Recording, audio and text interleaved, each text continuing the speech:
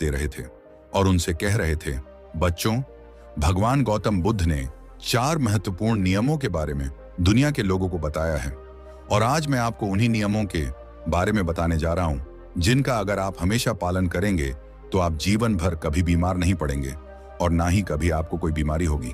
गुरु की ऐसी बात सुनकर उनमें से एक शिष्य ने बड़ी प्रसन्नता के साथ उनसे कहा, गुरुवर, क्या सच में ऐसा कोई नियम है जिनका पालन करके हम जीवन भर स्वस्थ रह सकते हैं? क्या इन नियमों का पालन करने से कभी कोई बीमारी नहीं होगी? तब गुरु मुस्कुराते हुए उस शिष्य से कहते हैं, हाँ पुत्र, यदि आप इन नियमों का पालन करते हैं तो आप जीवन भर स्वस्थ रहेंगे और आपको जीवन में कभी कोई बीमारी नहीं होगी। तभी उस शिष्य ने गुरु से कहा, गुरुवर, यदि ऐसा है तो आप हमें उन नियमों के बारे में पूरा विस्तार से बताइए ताकि हम उनका पालन करके जीवन भर स्वस्थ रहें और फिर इन नियमों के बारे में सभी लोगों को बताएं ताकि वह भी बीमारियों से मुक्त रहें और जीवन में स्वस्थ रहें। शिष्य की ऐसी बात सुनकर गुरु ने और भी जितने शिष्य थे उनसे कहा, बच्चों, अब तुम सब मेरी बातों को ध्यान से सुनो। सभी शिष्य गुरु की बात को ध्यान से सुनने लगे। बच्चों, आयुर्वेद में कहा गया है कि किसी भी व्यक्ति को अगर रोग मुक्त रहना है तो उसे अपने जीवन में 3 बातों का ध्यान रखना चाहिए और वह 3 बातें हैं, वह अपने वात, पित्त और कफ तीनों का संतुलन बनाए रखें। फिर गुरु ने उन सभी शिष्यों से कहा, बच्चों, हमारे शरीर में 3 तरह के दोष पाए जाते हैं, वात दोष, पित्त दोष और कफ दोष। हमारा पूरा शरीर इन्हीं 3 दोषों पर आधारित है। फिर इसके बाद गुरु ने उन सभी शिष्यों से कहा, बच्चों, जब वात दोष बहुत ज्यादा बिगड़ जाता है तो हमारे शरीर में 80 से ज्यादा रोग प्रवेश करते हैं, जैसे घुटनों के दर्द, कमर दर्द, कंधों का दर्द, बीपी कम और ज्यादा होना, हार्ट अटैक जैसे इत्यादि बीमारियां। और जब पित्त दोष बिगड़ जाता है तो 40 रोग हमारे शरीर के अंदर प्रवेश करते हैं, जैसे एसिडिटी, अल्सर, पेट में जलन, छाती में जलन, खाना हजम ना होना इत्यादि। ये सब पित्त बिगड़ने के कारण होता है। और जब कफ दोष बिगड़ जाता है तो 20 रोग हमारे शरीर के अंदर प्रवेश करते हैं, जैसे मोटापा। और जब मोटापा बढ़ जाता है तो 20 रोग आ जाते हैं शरीर में। इसके बाद गुरु उन सभी शिष्यों से कहते हैं, बच्चों, सर्दी, खांसी, जुकाम से लेकर जितनी भी बड़ी बड़ी बीमारियां हैं, कैंसर तक जो आखिरी रोग माना जाता है, वह वात, पित्त, कफ के बिगड़ने के कारण ही होते हैं। और वात, पित्त और कफ को संतुलन में रखने के लिए आयुर्वेद में बहुत सारे नियम बताए गए हैं, लेकिन आज मैं आपको उन नियमों में से 4 ऐसे नियम बताऊंगा जिनका पालन करके आप अपने इन तीनों दोषों को संतुलन में रख सकते हैं। फिर गुरु उन सभी शिष्यों से कहते हैं, बच्चों, अगर आपके वात, पित्त और कफ तीनों दोष संतुलन में रहे तो इसके लिए आपको पहला नियम अपनाना है और वह नियम यह है कि आपको खाना खाने के तुरंत बाद पानी नहीं पीना चाहिए।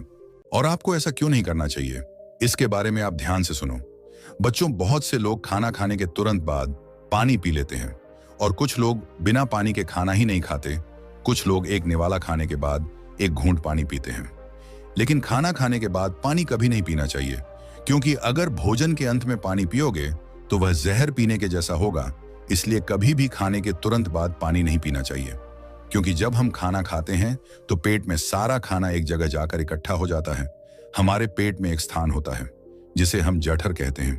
यह जठर हमारे पेट में छोटा सा स्थान है और यह स्थान आपके पेट में नाभि के बाएं तरफ होता है। और जो भी आप खाते हैं, रोटी, चावल, छाछ, दूध, दही, कुछ भी खाओ, वह सारा का सारा इसी स्थान पर आकर इकट्ठा हो जाता है। जठर में जैसे ही खाना इकट्ठा होता है तो उसमें आग जलती है और उस आग को हम जठर अग्नि कहते हैं, यानी जठराग्नि। जब आप खाना खाते हो तो पेट में जठराग्नि जलती है और वह जठराग्नि खाने को पचाती है। वह जठराग्नि हमारे पेट के खाने को इस तरह से पचाती है जैसे रसोई घर का चूल्हा खाने को पकाता है। अगर बच्चों, आप अपनी रसोई में अग्नि जलाओ, उसके ऊपर दूध रख दो और उसमें थोड़े से चावल डाल दो, अग्नि जब तक जलती रहेगी, खीर तब तक बनती रहेगी। और ऐसे ही हमारे पेट में होता है, जैसे ही आप खाना खाते हैं पेट में अग्नि जलने लगती है और जब तक आग जलती है खाने को पचने की प्रक्रिया चलती रहती है। जैसे रसोई में खाना पकता है वैसे ही पेट में भी खाना पकता है। जब आपने खाना खाया तो पेट में अग्नि जली और वह खाने को पचाएगी, लेकिन अगर आप खाना खाने के तुरंत बाद घटाघट पानी पिलोगे और वह भी ठंडा पानी पी लोगे तो उससे आपकी अग्नि बुझ जाएगी। जब हम अग्नि के ऊपर पानी डालेंगे तो अग्नि बुझ जाएगी, क्योंकि अग्नि और पानी की कोई दोस्ती नहीं है। जब आपने खाना खाया और ऊपर से पानी पी लिया तो वह पानी आपके पेट में जल रही अग्नि को शांत कर देगी और वह अग्नि बुझ जाएगी। जैसे जलती हुई आग पर हम पानी डालते हैं और वह आग बुझ जाती है, उसी प्रकार से आपके पेट में जल रही अग्नि भी पानी पीने से बुझ जाएगी और फिर खाना पचेगा ही नहीं। फिर वह पेट में पड़ा पड़ा सड़ने लगेगा और सड़ा हुआ खाना आपके लिए विष की तरह काम करेगा और आप जिंदगी भर बीमार पड़ते रहेंगे। फिर इसके बाद गुरु उन सभी शिष्यों से कहते हैं, बच्चों आपने देखा होगा कि कई लोगों को पेट में बहुत ज्यादा गैस बनती है और यह गैस उन्हीं को बनती है जिनका खाना हजम नहीं होता। कई लोगों को पेट में जलन होती है और यह जलन उन्हीं को होती है जिनका खाना नहीं पचता। कुछ लोगों का पेट एकदम से फूल जाता है और यह भी तभी होता है जब खाना पचता नहीं है, और जब खाना पचेगा नहीं तो वह सड़ेगा, और जब खाना सड़ेगा तो वह विष पैदा करेगा और वह विष आपको बीमार करेगा। इसलिए खाना खाते ही पानी नहीं पीना चाहिए। गुरु की ऐसी बात सुनकर उनमें से एक शिष्य गुरु से कहने लगा, गुरुदेव अगर खाना खाने के बाद हमें पानी नहीं पीना है तो हमें कितनी देर के बाद पानी पीना चाहिए? तब गुरु ने इस बात का जवाब देते हुए कहा, बच्चों आपको पानी कम से कम 1 घंटे तक नहीं पीना है।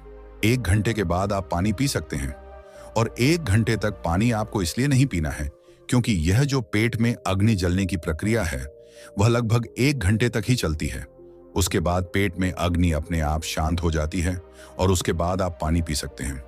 बच्चों मान लो अगर आपने खाना 10 बजे खाया है तो आप 11 बजे पानी पीजिए, और अगर आप 11 बजे खाते हैं तो 12 बजे पानी पीजिए, यानी 1 घंटे बाद पानी पिए। जब गुरु यह सब बता रहे थे तभी उनमें से एक शिष्य ने गुरु से पूछा, गुरुदेव क्या हम खाना खाने से पहले पानी पी सकते, और क्या हम खाना खाने के बीच में पानी पी सकते हैं? तब गुरु ने उस शिष्य की बात का जवाब देते हुए कहा, बेटा आप खाना खाने के 40 मिनट पहले पेट भर के पानी पी सकते हैं, और यदि आपको खाना खाने के बीच में पानी पीना है तो आप 1 घूंट पानी पी सकते हैं। इससे ज्यादा आपको पानी नहीं पीना है। गुरु जब यह बात उस शिष्य को बता रहे थे तभी एक दूसरे शिष्य ने उनसे सवाल किया, गुरुवर अगर हम पानी नहीं पी सकते तो फिर हम खाना खाने के बाद क्या पी सकते? क्योंकि खाना खाने के तुरंत बाद हमें बहुत तेज प्यास लगती है। तब गुरु ने उसकी बात का जवाब देते हुए कहा, बच्चों खाना खाने के बाद पानी तो नहीं पी सकते, लेकिन अगर आप खाना खाने के बाद कुछ पीना चाहते हैं तो आप दही की लस्सी पी सकते हैं, छाछ पी सकते हैं, दूध पी सकते हैं। खाना खाने के तुरंत बाद आप फलों का रस पी सकते हैं, लेकिन पानी आपको 1 घंटे बाद ही पीना है। एक बात आपको और ध्यान रखनी है, सुबह का आप जो नाश्ता करते हैं और उस समय आपको प्यास लगती है तो उस समय आप फलों का रस पीजिए, और दोपहर का खाना खाने के बाद आप लस्सी छाछ पीजिए, और रात का खाना खाने के बाद आप दूध पीजिए। जो भी लोग इस नियम का पालन करते हैं जीवन में कभी भी उनको रोग नहीं होंगे, और वात पित्त कफ ये तीनों ही एक छोटे से नियम से संतुलन में आ जाएंगे। इसके बाद गुरु ने उन सभी शिष्यों को दूसरा नियम बताते हुए कहा, बच्चों दूसरा नियम यह है कि जब भी आप पानी पिए तो पानी को घूंट घूंट करके ही पिए। जिस तरह से आप चाय को पीते हैं इस तरह से आप पानी को भी पिए। जैसे आप चाय को शिप शिप करके पीते हैं उसी तरह से पानी को भी घूंट घूंट करके पीजिए। लेकिन बच्चों बहुत से लोग पानी का गिलास लेते हैं और उसे मुंह से लगाकर गटागट पानी पी लेते हैं, और यह तरीका बिल्कुल गलत है। आप एक बार में 1 घूंट पानी ही पिएं, क्योंकि इससे आपके मुंह की लार उस पानी में मिल जाती है और फिर वह पेट के अंदर जाती है। ये जो मुंह की लार होती है वह क्षारीय होती है और पेट में हमेशा अम्ल एसिड बनता रहता है। तो जब आप पानी को घूंट घूंट करके पीते हैं तो इससे धीरे धीरे मुंह की सारी लार आपके पेट के अंदर जाती है और क्षारीय पदार्थ पेट के अम्लीय पदार्थ के साथ मिल जाता है, जिससे किसी भी व्यक्ति को पेट में अम्लता नहीं होती, उसे एसिडिटी नहीं होती। और जब पेट में अम्लता नहीं होती, एसिडिटी नहीं होती, तो रक्त में भी अम्लता नहीं होती, और जिनके रक्त में अम्लता नहीं होती उन्हें जीवन में कभी भी वात पित्त कफ का असंतुलन नहीं होता। ये तीनों दोष संतुलन में रहते हैं, जिससे वह जीवन भर स्वस्थ रहते हैं। इसलिए पानी को घूंट घूंट करके ही पीना चाहिए। फिर इसके बाद गुरु उन सभी शिष्यों से कहते हैं, बच्चों आप मनुष्य को छोड़कर पशु पक्षियों को देखो। पशु पक्षी भी घुट घुट करके ही पानी पीते हैं। चिड़िया जब पानी पीती है तो अपनी चोंच में 1 बूंद ही पानी लेती है, इससे ज्यादा वह पानी नहीं लेती, और फिर अपनी चोंच को अच्छी तरह से चलाती है और उस पानी को अपने अंदर लेती है। वैसे ही जब एक कुत्ता पानी पीता है तो वह भी पानी को चाट छाट कर ही पीता है। वह भी एक सांस में पानी नहीं पीता। शेर, चीता, भालू सभी जानवर पानी को चाट छाट कर ही पीते हैं। इसलिए इन सभी जानवरों को, इन सभी पक्षियों को कोई भी बीमारी नहीं है। ना ही किसी पक्षी को आर्थराइटिस है, ना ही किसी जानवर को डायबिटीज है, और ना ही किसी पक्षी को शुगर है, और ना ही किसी जानवर को अन्य रोग है। कोई भी जानवर ओवरवेट नहीं है, कोई भी पक्षी ओवरवेट नहीं है, किसी भी पशु पक्षी को एसिडिटी की प्रॉब्लम नहीं है। सभी सलामत और फिट हैं। और यह इसीलिए है क्योंकि वह पानी को घुट घुट करके पीते हैं या फिर छाट कर पीते हैं। जबकि इन पशु पक्षियों को कोई नहीं सिखाता, न ही इनका कोई गुरु होता है और न ही कोई इन्हें शिक्षा प्रदान करता है। जबकि मनुष्य सब कुछ जानते हुए भी बेवकूफ बना रहता है।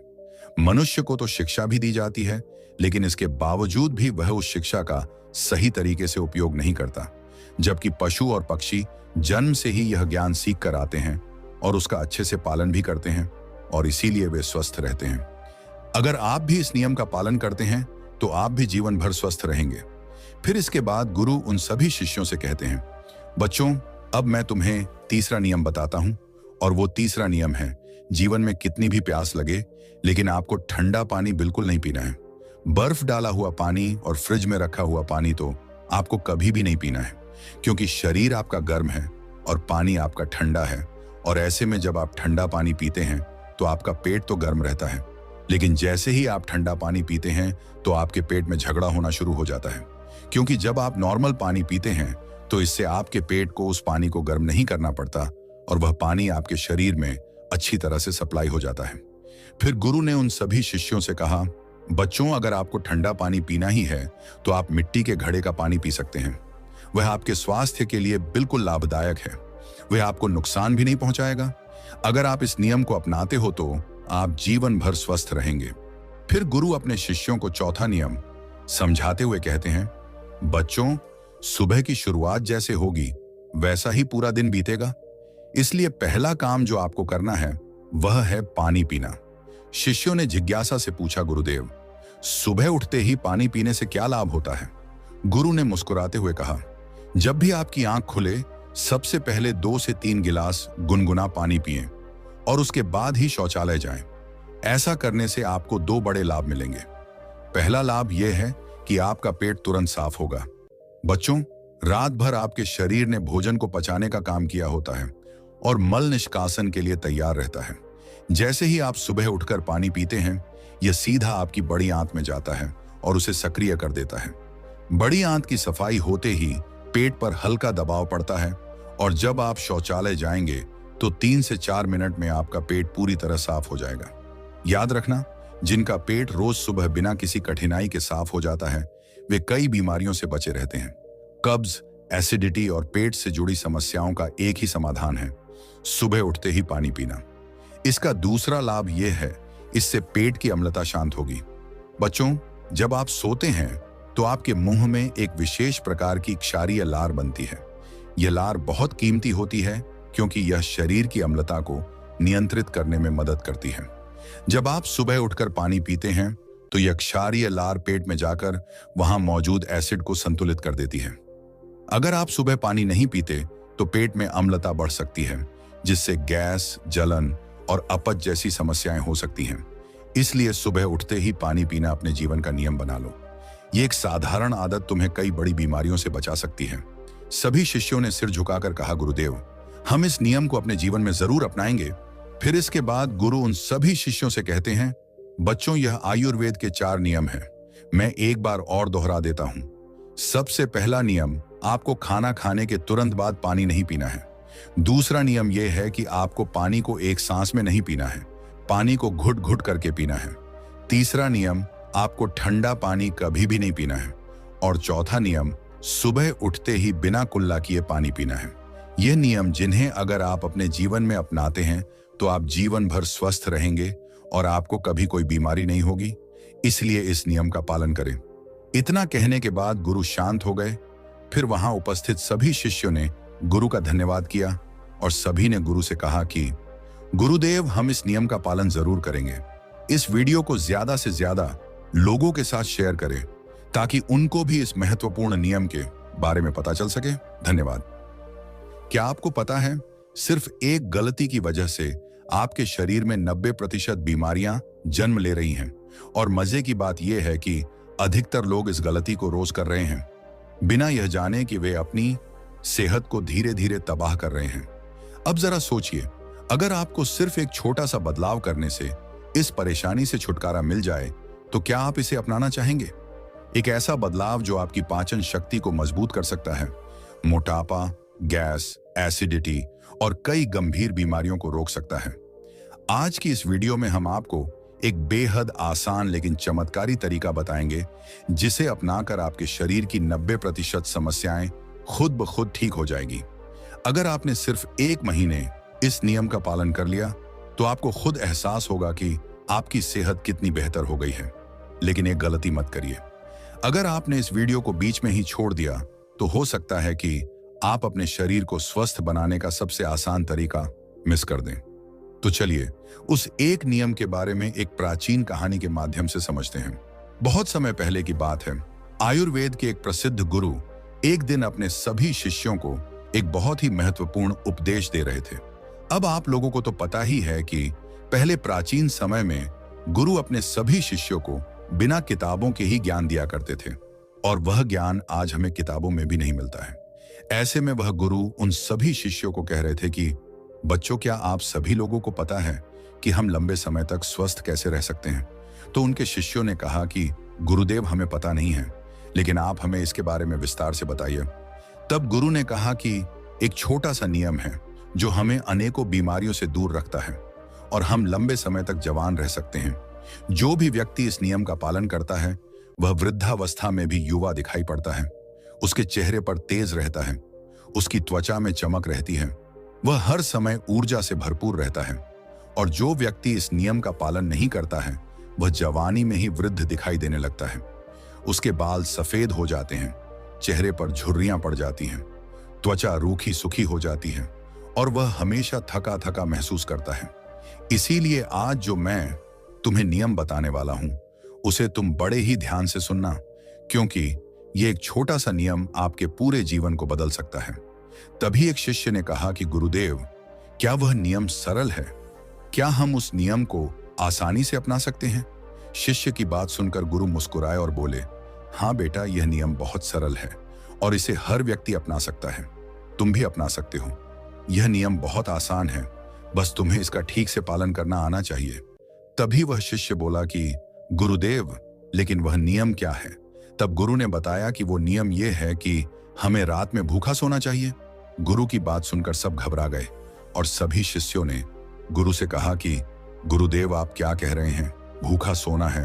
मुझसे तो इस नियम का पालन नहीं हो पाएगा, क्योंकि देखो, मैं तो भूखा नहीं रह सकता हूं। शिष्य की बात सुनकर गुरु फिर मुस्कुराए और बोले, पहले तुम मेरी पूरी बात तो सुनो। तुम इस पूरे नियम के बारे में तो समझो। मैं तुम्हें यह थोड़ी कह रहा हूं कि तुम सुबह भोजन करो और इसके बाद भोजन मत करो और रात को भूखे सोने जाओ। फिर गुरु ने सभी शिष्यों से कहा, अब आप सभी लोग मेरी बात को ध्यान से सुनो। और फिर गुरु ने बताना शुरू किया कि अब तक आपने अपने जीवन शैली में जो भी बदलाव किए हैं, जिन नियमों का पालन किया है, उन सभी में से जो आज का नियम है वह बहुत महत्वपूर्ण है। यह आपको बहुत अधिक लाभ देगा। यह नियम कोई कठिन नियम नहीं है, आप सरलता से इसका पालन कर सकते हैं। इसके लिए सबसे पहले आपको इसके बारे में पता होना चाहिए कि हमारे शरीर में एक प्राण शक्ति होती है जो हमारे सभी कार्यों को संपादित करती है। जैसे कि जब हम भोजन करते हैं तो वह प्राण शक्ति हमारे भोजन को पचाने में लग जाते हैं। हम कोई दिमाग का कार्य कर रहे होते हैं तो उस समय वह प्राण शक्ति उस कार्य को ठीक तरीके से संचालित करने में लग जाते हैं। जब हम दौड़ रहे होते हैं तो दौड़ते समय भी हमारी जो प्राण शक्ति है वह कार्य करती है। वह प्राण शक्ति हमारे शरीर के हर कार्य को संपादित करती है। लेकिन यहाँ पर समझने वाली बात यह है कि प्राण शक्ति केवल एक ही समय में एक ही कार्य कर सकती है। अगर आप भोजन करते हैं और भोजन करने के तुरंत बाद अगर आप कुछ गहरी सोच में पड़ जाते हैं तो आपके पाचन तंत्र पर इसका प्रभाव पड़ेगा, क्योंकि जो प्राण शक्ति है वह पूरे तरीके से पाचन पर लगी नहीं रह पाती है। उसे तो आपने सोचने में लगा दिया है। प्राण शक्ति का काम था कि जो भोजन आपने खाया है उसका कार्य उसे पचाने का था। आप तो गहरी सोच में डूब गए और प्राण शक्ति को एक नया काम मिल गया। अगर आप भोजन करने के बाद कोई शारीरिक परिश्रम करना शुरू कर देते हैं या फिर तेज चलना शुरू कर देते हैं तो यह भी ठीक नहीं है, क्योंकि प्राण शक्ति पूरी तरह से पाचन पर लगती है, वह अब आपके तेज चलने पर खर्च हो रहा है।